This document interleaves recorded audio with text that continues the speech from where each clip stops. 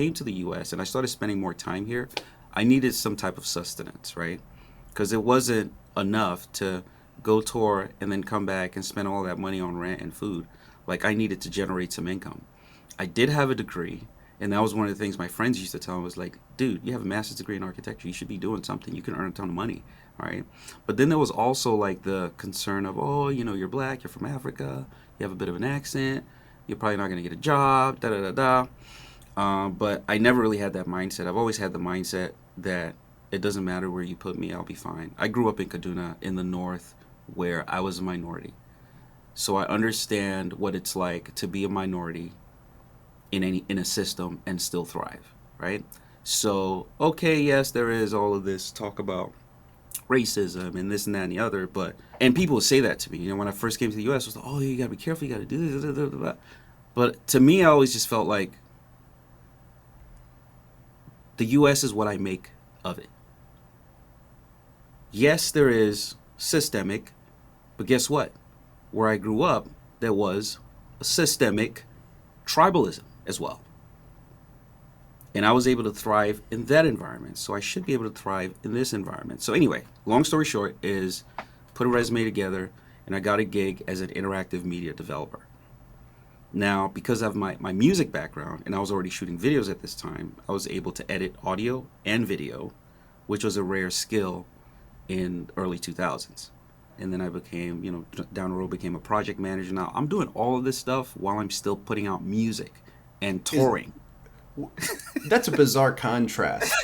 So you're kind of in like the technology IT industry on one side, and then you're still a famous rap artist on the other side. What was that like? The internet wasn't as big, so it was possible for me to live two lives, so to speak. When I'm in the U.S., I'm in corporate. When I'm in Nigeria, I'm a celebrity, and I'm talking about like big time. But people didn't know what I was doing, you know, over in the U.S. and vice versa. That's so interesting though, because I feel like a lot of people who make it big in the arts, they don't have that weird dichotomy of being, you can kind of be a no name and then you can go and then you're just back to being on top of the world. Do you think that like leveled you out a little bit in terms of dealing with fame? I think it did. And I think it also made me appreciate life outside of being famous. Can you speak to that more? Yeah, so when I'm in the US and I'm working at, say for example, Going Interactive, right? This is an interactive media agency here in Georgia that I worked at for a couple of years. And I'm working with them and I'm just there as a developer. So I'm living that life, and even the guys that I worked with at the time had no idea that I had this other life, you know, back in Nigeria. And I guess also the internet wasn't really as, it wasn't what it is right now where you can just look people up, right? So I just never said anything to anyone because I also didn't want them to treat me different. I wanted them to just treat me as a guy who works here as opposed to, oh, this famous guy that we have in our office. Matter of fact, when they found out, it was time for me to leave because, you know, unfortunately, I'll tell you the story about it, how they found out. But, you know, and back to your question, the fact that I was able to live that life, and at the same time, every time I got on a plane, as soon as I got out the plane in Nigeria, it was like red carpets, it was limousines, it was at the time Hummers, it was the Hummer limo.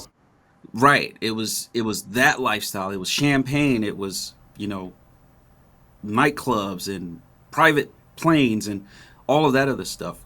It was interesting. I kind of enjoyed it, but it also, like I said, made me appreciate my life in America even more. And I think it's why it was easy for me to transition completely away from entertainment into being more of a private, because I enjoyed my life in the US more than I did. Because when everyone around you is, yes, man, oh my God, eLDee, you're this, you're that. I value genuine connections. And I feel like I didn't have a lot of genuine connections on that side. But on this side, I did. I had real friends who just appreciated me for who I was, not everything else that was happening around me. So, yeah. Oh, I was going to tell you how they found out. So. Oh, yeah, please do. So there was an award ceremony. The Nigerian Entertainment Awards was happening in New York. And I'm in Georgia. I'm at work. doing my thing or whatever, and I needed to go on tour to Europe. And what I used to do was I would fly out on Friday night, go to London, do a show, come back Sunday, and just go back to work Monday, right? And I was doing that constantly, like for like months or even years, I would say, right? And so this one time, they called me and said, "Hey, you." So I was actually at the award ceremony, but you know how it is at the award ceremonies. You have the plaque that you have on stage, but then they actually send you the one with your name engraved and all that kind of stuff after the fact. That's usually how it I did happens. not know that, but that's good to know. Yeah. No, you don't get to take the plaques that you pick up on stage home. No. They they actually Why? So they keep one that's got your because name you on it? because they can't engrave the names while you're on stage. Don't forget, no one's supposed to know who's going to win. So all of the ones that you actually hold on stage are dummies. Oh, And then so okay. after the announcement is when they go do the, engraving and all of that stuff, and all the people who are going to get the plaque, then they mail them out. So they were going to mail out my plaque, and for some silly reason, when they sent the email asking for the address, I was like, man, I'm probably going to be in London this weekend. Let them mail it to the office. But I thought they would mail it in a regular sealed box. And then they send this plaque to my office, and it's got Nigerian Entertainment Award, yada, yada, yada, on the box. And so I get back to the office on Monday morning. We have a stand up, and I get to the stand up. We literally had like a stand up desk, where we kind of kicked off the day every day. And I get to the desk, and I see the box right there on the thing, and everyone's looking at me, and they're like, "What's this?" And I'm like, I mean, it's a long story. I mean, we'll talk about it later. Yeah, is it okay that I sent it here? I mean, I had stuff that I, picked up there, in the past. It wasn't an issue. So I was like, yeah, that's cool. But they're like, no, no, no, no, no, no, no. We're not going to let this go. You got to tell us a story. And then everyone runs to their computers and they start to Google it. And they're like, wait, hold on a second. This is you. Wait, you had a show. Oh my God, there's a YouTube video. And the whole day, I'm talking about how well, and they're like, wait, how, They're playing your music throughout the office. and they're playing the music, and everyone's talking about, oh my God, and this and that and the other, blah, blah. And my group actually facilitated one of my music videos before I eventually, quit, because they then became involved. But like I said, once people know, it changes everything. So the dynamic sort of shifted, and I was now LD in the office, and I didn't really like that And very that's when much. you knew it was time to go. And that was, yeah, it was time for me to kind of move on. So you didn't come over to the US at all as LD. No. What was culture shock like then? Because you'd already had some international experience, but was there So, culture shock? This was early 2000s? yes, early 2000, 2001, actually. There was a bit of culture shock. Um, a lot of what I thought I knew about the US wasn't what it was. What did you think about the US? I mean, when you watch movies and you see a lot of these shows and you come to the US for like a week or two on holiday, it's a totally different experience from actually living in the US. Um, there's so many stereotypes that get sort of implanted from like watching movies, watching the news, listening to talk shows at the time, because media was still very controlled by a few groups. um, that it creates a narrative, right, of what to expect. And so my first time in New York, which I talk about on one of my podcast episodes, um, I thought I was in way more danger than I actually was, because I had heard all these stories about New York, and my uncle at the time lived in Linden Boulevard, and all the crime and dangerous situations and things like that. So it took me some time to sort of unravel from those narratives, that I had. Oh, you're being so vague. Tell me, what did you think about Americans? What are the stereotypes? I mean, so okay, all right. There's no way to offend me on this. and and I'm not, and hopefully, no one's offended, like your listeners as well don't get offended, but the general sense that you're given about Americans is that Americans are aloof, not very intelligent. Is that, black people are crass and rough on the edges and not refined and just like uncouth. I'm using many words to describe the same thing, but you get the picture, right? I like uncouth. Yeah. That's a good word choice. Right.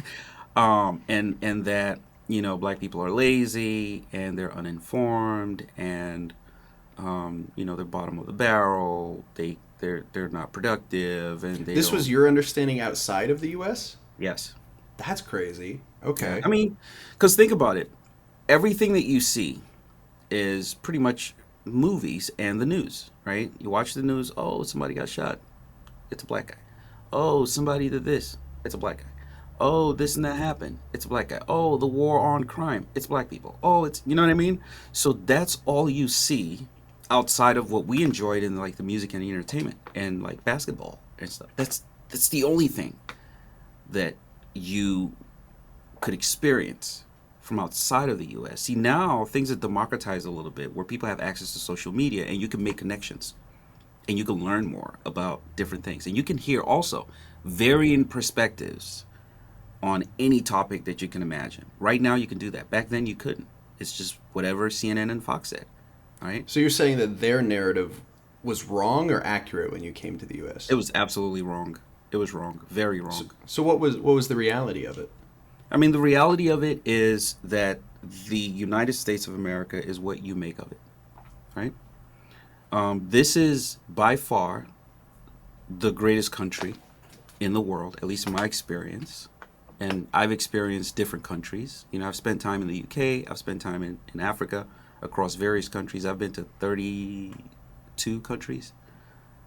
This is the greatest country in the world by far because this is the country where you have the most opportunity to be whoever you want to be, however you want to be it. And people take that for granted. That's not the narrative outside of America. That's not what you understand. You think of America, when you're looking at America from outside of America, you think of America as a racist country. You think of America as a country where, oh, the white people are going to suppress everything that you try to do. This is not a place where black people have freedom. This is not a place where you can become anything unless you have a certain skin color or you belong to a certain group. You know what I mean? And I've come to understand that a lot of that stuff is false. That is not, at least that's my reality. And I know that it is true for some people. And I'm not saying that their reality isn't true, but my reality as someone who grew up in Nigeria and has spent I'd say I spent more than half of my life now in the US, right? I can compare both. And I know what I thought before I came to the US. I know what I think right now. And a lot of those narratives are incorrect.